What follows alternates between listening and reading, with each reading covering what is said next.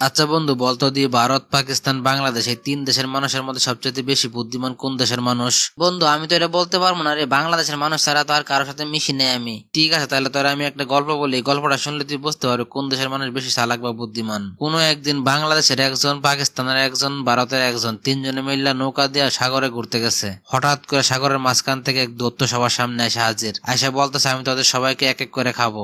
দৈত্যর এই কথা শোনার পরে সবার তো কাঁপাকাঁপি শুরু হয়ে গেল। তারপর দৈত্য বলল, তোরা চিন্তার কোনো কারণ নাই, তোরা সবাই একবারে কেমন এক এক করে খাবো। তোরা প্রত্যেকে একটা একটা জিনিস এই সমুদ্রের ভিতরে ফালবি। যতক্ষণ পর্যন্ত আমি সেই জিনিসটা খুঁজে বের করতে না পারবো ততক্ষণ পর্যন্ত তোদেরকে আমি কিছুই বলবো না। আর এটা খুঁজে পাওয়ার লগে লগে আমি খায় ফেলামো। তারপরে প্রথমে ভারতের লোকরে বলল, তুই সমুদ্রের ভিতরে কিছু একটা ফালা। তারপরে ভারতের লোকের হাতে একটা আংটি ছিল, ওই আংটিটা সমুদ্রের মাঝখানে ফালাই দিল।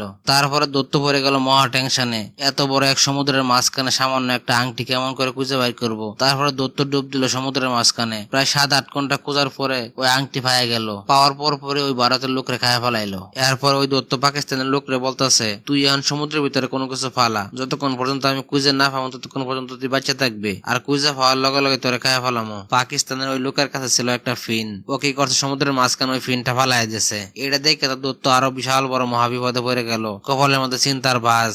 একটু আগে এক আংটি খুঁজ দেখে 7-8 ঘন্টা চলে গেছে পানির নিচে, এখন ফালাইছে একটা ফিন, এটা খুঁজতে জানি কতক্ষণ সময় লাগে। তারপরে দৈত্য ডুব দিল।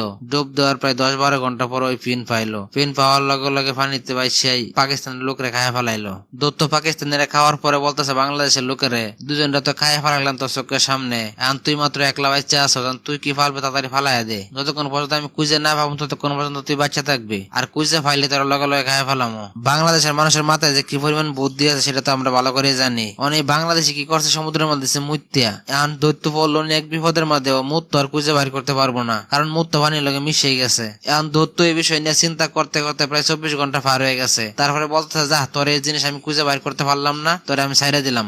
আরে দোস্ত, তুই তো একবার টিয়াই কইছস, বাঙালি আসলে একটা চালাক মাল রে। ওরা যেখানে যাইবো সুই না ঢুকলে কোরাল ঢুকাইতে আইব। আরে দৈত্য তো কোনো ব্যাপারই না, আসলে বাঙালি একটা মাল। ভিডিওটা যদি একটু পরিমাণও ভালো লাগে থাকে অবশ্যই একটা লাইক, কমেন্ট, শেয়ার করে যাবেন। ধন্যবাদ সবাইকে।